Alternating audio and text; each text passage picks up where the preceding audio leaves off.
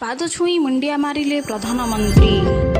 मुख्यमंत्री शपथ मंचरे भावविह्वल दृश्य। एक ही दृश्य देशवासी देखा पाइले। बीजेपी वीर नेता कुंडे पकाइले मोदी।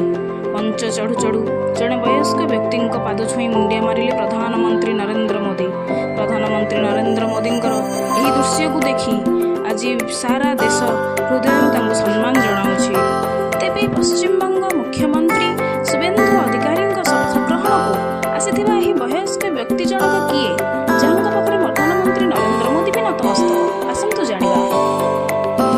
एही वरिष्ठ बीजेपी नेता नाम हेउछि माखनलाल सरकार। बंग बीजेपी सबुठु पुराणा योद्धा। 98 वर्ष से दल पर समर्पित माखनलाल श्यामाप्रसाद मुखार्जी अति घनिष्ठ बंधु अटंती। इंग्रेजों विरोध लड़ी से जेल मध्य जाइथिले। ताछड़ा वैप्लविक गीत लिखि ब्रिटिशों रोषर शिकार होते माखनलाल सरकार। काश्मीर आंदोलन में श्यामाप्रसाद माखनलाल सरकार को जेल जावाक पड़ता। श्यामाप्रसाद मुखार्जी शेष जीवन पर्यंत माखनलाल साथी ही रही। दशंधि धरी बीजेपी से लड़े भी करते। शेष देश में बीजेपी सरकार आसवा सह एवं बंग विजयकारी सरकार गढ़ी और से सुपर योद्धा पश्चिमबंग बीजेपी देछि प्रथम धाड़ी प्रथम आसन। शुभेन्दु अधिकारी आज सीना पश्चिमबंग सरकार गढ़ी हेले से सरकार पाई जो मैंने किसी दशंधि तले भित्ति पकाई से माखनलाल सरकार जड़े।